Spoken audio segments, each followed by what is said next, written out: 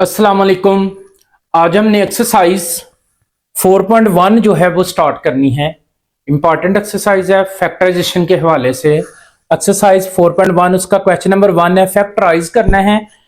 Factorise by identifying and common factor, यानी इसमें हमने आइडेंटिफाई करना है कॉमन फैक्टर को, फैक्टराइज करना है। तो क्वेश्चन नंबर 1 का फर्स्ट पार्ट है, इसमें हमने देखना क्या कॉमन फैक्टर है, क्या कॉमन है, फैक्टराइज करेंगे।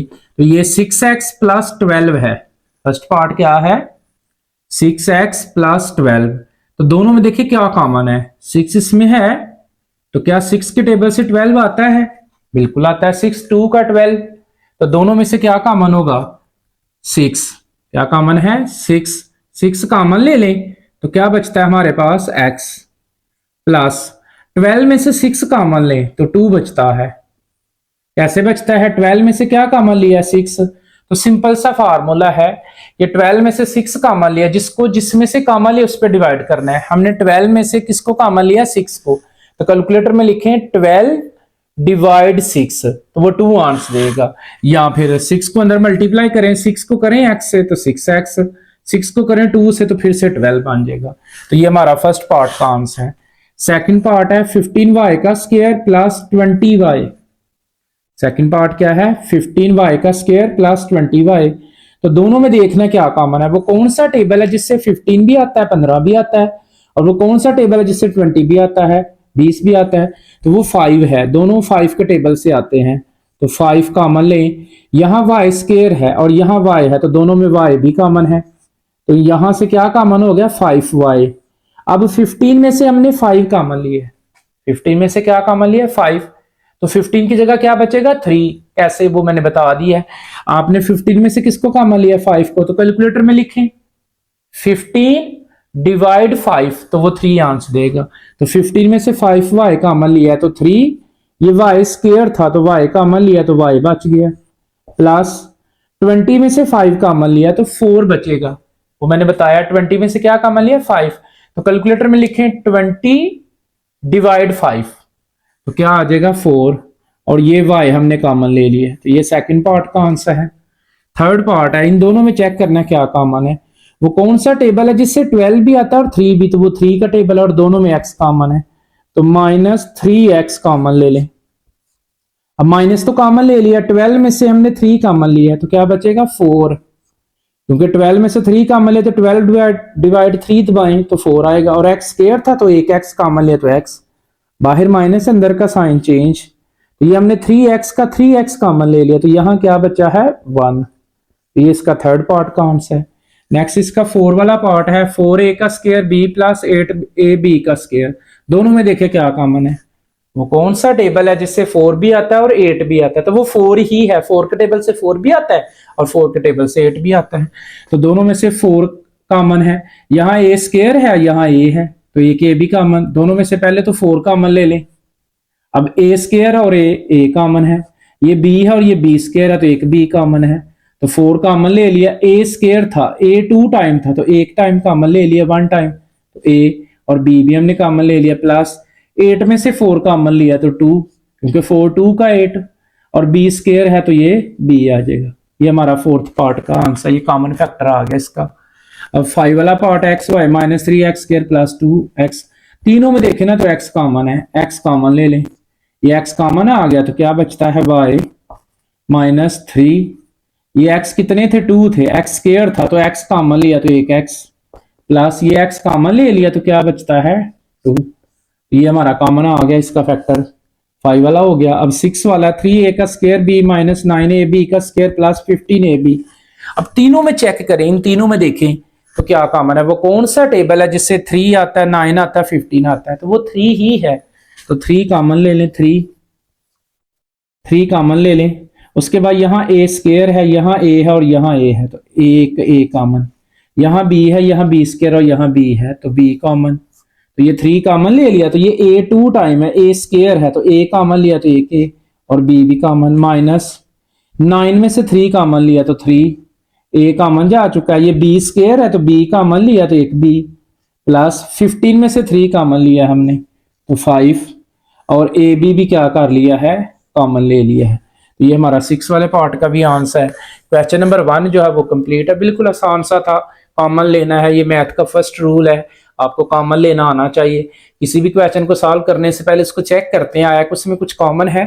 अगर कॉमन हो तो सबसे पहले उसमें से क्या करते हैं, कॉमन लेते हैं। तो यही उसने सिखाया इसमें कि आपको मैथ का जो फर्स्ट रूल है ना वो आना चाहिए, कॉमन लेना। तो क्वेश्चन नंबर 1 जो है हमारा कंप्लीट है। क्वेश्चन नंबर 2 है एक्सरसाइज 4.1 का। क्वेश्चन नंबर 2 एक्सरसाइज 4.1 का, वेरी वेरी इंपॉर्टेंट है और ये नई चीज आ गई है, पहले ये कभी नहीं था इस लेवल पे ना, मैट्रिक लेवल पे ये चीज नहीं थी। तो क्वेश्चन नंबर 2 है factorise and represent the pictorial. ये पिक्टोरियली हमने इसको रिप्रेजेंट भी करना है, ये जो हमारा फर्स्ट पार्ट है इसको हमने पिक्टोरियली रिप्रेजेंट करना है। ये क्या है ये सुन लें अब। तो सबसे पहले फर्स्ट पार्ट है, दोनों में चेक करें क्या कॉमन है। 5x प्लस 15 में तो कॉमन है 5, तो क्या आ जाएगा x प्लस 3। अब इसको ना हमने पिक्टोरियली रिप्रेजेंट करना है, ड्रॉ करना है। वो कैसे ड्रॉ करना है वो सुन लें। तो सबसे पहले ये x है हमारे पास, ये देखें इस तरह से है ये, फिर ये जितना 5 है 1 2 3 हो गया, फिर 4, फिर 5, ये हमने 5 ड्रा कर दिए इसके ना, ये इस तरह से कह लें आप। ये क्या है x और ये नीचे को 1 1 1 1 1, तो ये कितना हो जाएगा 5। अब प्लस 3 भी है तो इसके आगे आपने ना अब 3 लगाने हैं इसके आगे, इस तरह से एक और आगे लगा लें इस तरह से, फिर एक और आगे इस तरह से, इसको कंप्लीट कर दे। ये वाले 1 2 3 4 और ये 5 हो जाएगा। ये क्या है 1 1 1 और ये क्या है 3, ये प्लस 3 होगा, ये क्या है 3। तो ये इसको हमने, ये एक रिक्टेंगल बन गई है। ये क्या बन गई है, रिक्टेंगल। कैसे ड्रा किया है, पहले ये 5 है, ऊपर x लेना है, तो ये हमने 5 ऐसे ना 5 टाइल्स जो है ना ऐसे ड्रा की हैं, ये 5। उसके बाद प्लस 3 था तो आ गई ये छोटी 3 टाइल ड्रा कर दिए नीचे को ऐसे, ये वाली अब नीचे को ड्रा कर दी है और इनको उनके साथ कंप्लीट कर दिया हमने, तो ये एक रिक्टेंगल बन गई है। अब इसको शेडेड भी करना है, तो आपने सारे को ना लेड पेंसिल से ऐसे शेडेड कर देना, लेड पेंसिल से ना ऐसे इसको शेडेड कर देना है। ये हमारी पिक्टोरियली जो है ना ड्रा हो जाएगी, इसको ना ऐसे सारे को शेडेड कर देना आपने ना लेड पेंसिल से, इस सारे को क्या कर देना है शेडेड, ये सारी। तो ये हमारा फर्स्ट पार्ट की क्या ड्रा हो गया पिक्टोरियली, ये एक रिक्टेंगल ड्रा हो गई है। सेकंड पार्ट करते हैं तो इंशाल्लाह आपको अच्छी समझ आएगी। क्वेश्चन नंबर 2 है उसका सेकंड पार्ट है जी।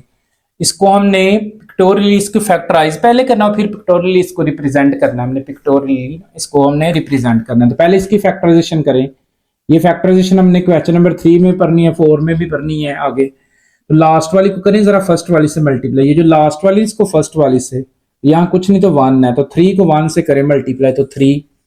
अब हमने 3 का टेबल ढूंढ रहे हैं जिससे 3 भी आए और प्लस करे, प्लस माइनस करे तो 4 भी आए। तो 3 किस टेबल से आता है, 3 1 का 3, 3 में 1 जमा करें तो 4।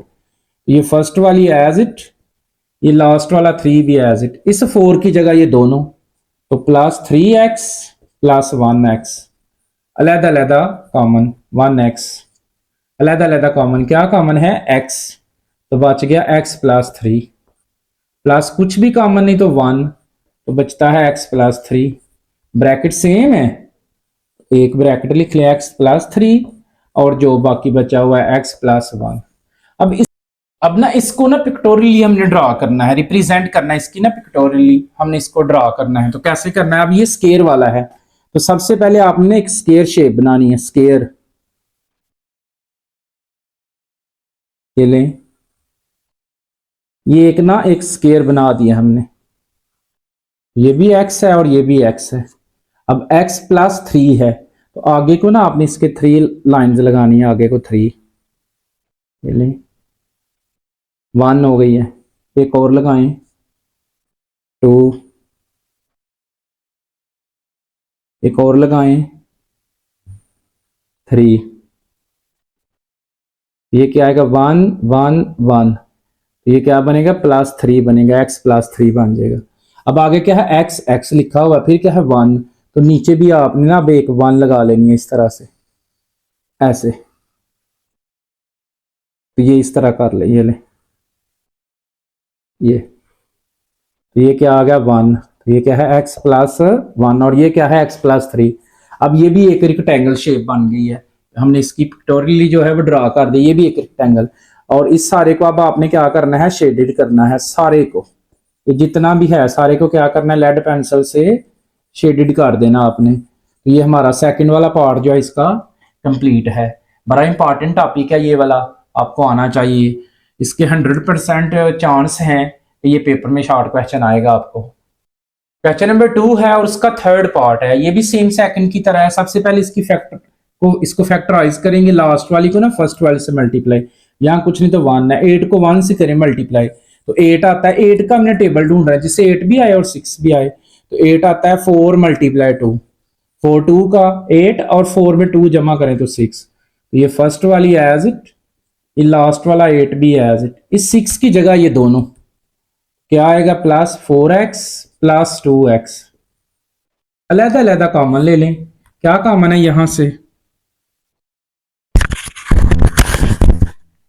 यहां से देखिए क्या कॉमन है x, तो क्या बच गया x +4, आगे से +2 कॉमन तो बचता है x +4, ब्रैकेट सेम है तो एक ब्रैकेट लिख ले x +4 और जो बाकी बचा था x +2। अब इसको ना हमने ड्रा करना है, इसको ना रिप्रेजेंट करना है हमने, तो सेम है x +4 है तो ये स्केयर वाला था, तो पहले एक स्केयर शेप बनाएं, ये ले स्केयर शेप,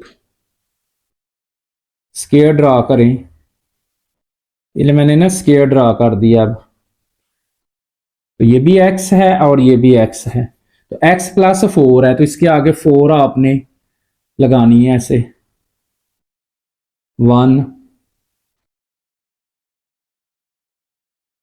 2 3 और ये 4, ये आगे 4, ये 1 1 1 1 प्लस ये कितना हो जाएगा 4 हो जाएगा x +4। अब आगे x है तो x लिखा हुआ है, फिर x +2 है तो नीचे भी 2 लगानी है आपने, ये लें इस तरह से 2, ये हो गई। एक और मजीद लगाएं, ये लें इस तरह से, ये 1 1 तो ये प्लस कितना बन जाएगा x +2 बन जाएगा और ये x +3 बन जाएगा, तो इसको कर लें इस तरह, ये लें, ये आ गए। अब इस सारे को क्या करना है हमने शेडेड कर देना है लेड पेंसिल के साथ, इसको शेड करें ये सारा, तो ये हमारा थर्ड वाला पार्ट भी क्या हो गया है कंप्लीट। 4 वाला पार्ट है हमारा, क्वेश्चन नंबर 2 का 4 वाला पार्ट है, तो पहले इसको फैक्टराइज करेंगे, वही मेथड है, लास्ट वाली को करें फर्स्ट वाली से मल्टीप्लाई, यहाँ कुछ नहीं तो 1 है, 4 1 का 4, तो हमने 4 का टेबल ढूंढना है जिससे 4 भी आए और दरमियान वाला 4 भी आए, तो ये आता है 4 आता है 2 × 2, 2 2 का 4 और 2 में जरा 2 जमा करें तो 4, ये फर्स्ट वाली एज इट, ये लास्ट वाला 4 भी एज इट, इस 4 की जगह ये दोनों, तो +2x +2x, अलग अलग कॉमन, क्या कॉमन है x, तो बच गया x +2, आगे से 2 कॉमन है तो बच गया x +2, ब्रैकेट सेम है तो एक ब्रैकेट x +2 और जो बाकी बचा हुआ है x +2, इसको आप लिख सकते हैं x +2 का होल स्क्वायर, इस तरह भी लिख सकते हैं, लेकिन हम इसी को फैक्टोरियली ड्रा करेंगे, रिप्रेजेंट करेंगे, तो ये x स्क्वायर वाला है तो पहले स्क्वायर बनाएंगे, ये ले स्क्वायर वाला है, स्क्वायर बनाएंगे पहले हम,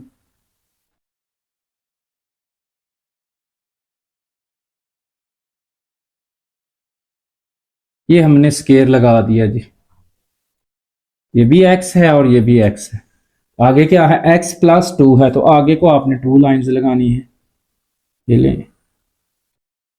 1 और ये 2, ये रिक्टेंगल है, ये 1 और ये 1, ये क्या बनेगा x+2। नीचे को भी आगे फिर x+2 है तो नीचे को भी 2 लगाएंगे, ये 1 और एक और लगा लें 2, ये भी 1 1, ये x प्लस ये भी क्या बनेगा 2। अब इसको शेडेड लाइन कर दें, शेडेड कर दें इसको। अगर नेगेटिव होती तो हमने शेड नहीं करना, नेगेटिव इससे को शेड नहीं करना, लेकिन यहाँ कोई भी पार्ट नेगेटिव नहीं है तो लिहाजा हम सबको ही क्या करेंगे, शेडेड करेंगे लेड पेंसिल से। तो क्वेश्चन नंबर 2 जो है वो वेरी इंपॉर्टेंट है, ये हमारा कंप्लीट है, क्वेश्चन नंबर 2 जो है वो कंप्लीट है।